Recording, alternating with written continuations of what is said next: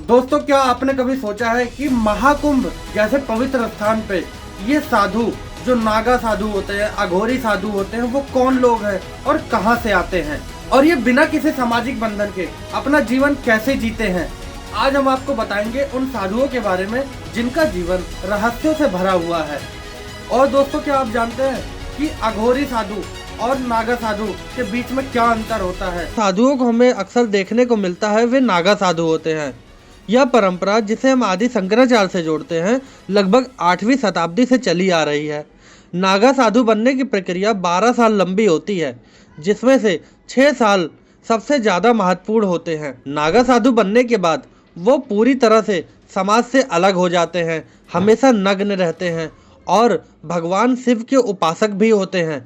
इनकी साधना का मुख्य उद्देश्य खुद को शिव के समर्पण में खो देना होता है। नागा साधु की पूजा में विशेष रूप से अग्नि, भस्म और शिवलिंग का बड़ा महत्व होता है। ये साधु अपनी पूजा के दौरान भस्म, जल और बेलपत्र शिवलिंग पर चढ़ाते हैं। इसके साथ ही वे गहन ध्यान और योग के द्वारा शिव की उपासना करते हैं। इनका जीवन समाज की रक्षा, धर्म की रक्षा और आत्मज्ञान की प्राप्ति के लिए समर्पित होता है। नागा साधु की सबसे बड़ी विशेषता यह है कि वे हमेशा साधना और तपस्या में लीन रहते हैं। इनका जीवन शैली एक तपस्वी जीवन के रूप में प्रतीक माना जाता है।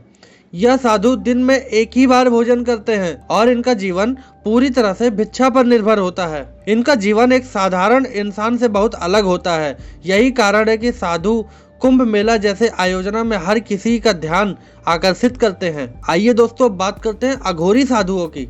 अघोरी भी भगवान शिव के बहुत बड़े उपासक होते हैं, लेकिन इनकी साधना और पूजा पद्धतियां नागा साधुओं से थोड़ी अलग होती है। दोस्तों, पहले जानते हैं कि अघोरी शब्द का मतलब क्या होता है। अघोरी संस्कृत के शब्द अघोर से निकला है, जो एक गंभीर और रहस्यमयी साधना को दर्शाता है। अघोरी शिव के साथ साथ माता काली की भी पूजा करते हैं। अघोरी साधु अपनी पूजा में राख, रुद्राक्ष की माला और नरमुंड, जिसे मानव सिर कहते हैं, ये वो भी पहनते हैं। ये साधु आमतौर पर शमशान घाटों में साधना करते हैं, क्योंकि मृत्यु और जीवन के बीच परलौकिक रहस्यों को जानने की उनकी कोशिश होती है। अघोरी साधु मृत्यु के डर से बिल्कुल मुक्त होते हैं और यही कारण है कि ये मांस, मदिरा, तंत्र मंत्र का इस्तेमाल करते हुए अपनी साधना करते हैं। अघोरी साधुओं के लिए मृत्यु केवल एक परिवर्तन होती है, ना कि कोई डर। इनकी साधना के 3 मुख्य पहलू होते हैं, एक शव साधना, दूसरा शिव साधना और तीसरा शमशान साधना।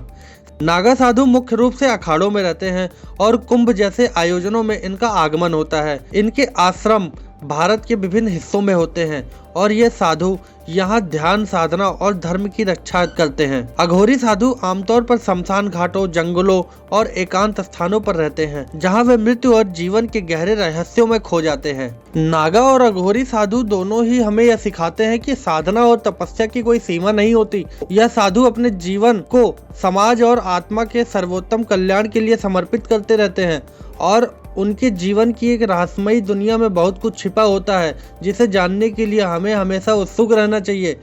इन साधुओं का जीवन हमें यह सिखाता है कि अस्थिर दुनिया से परे एक ऐसी शांति और संतुष्टि है, जिसे पाने के लिए हम आत्मा से जुड़ने की जरूरत होती है। अगर आपको यह वीडियो पसंद आई हो तो लाइक करें, शेयर करें और सब्सक्राइब करें। और हाँ, कमेंट में बताएं कि आप इन रहस्यमयी साधुओं के बारे में और क्या जानना चाहते हैं।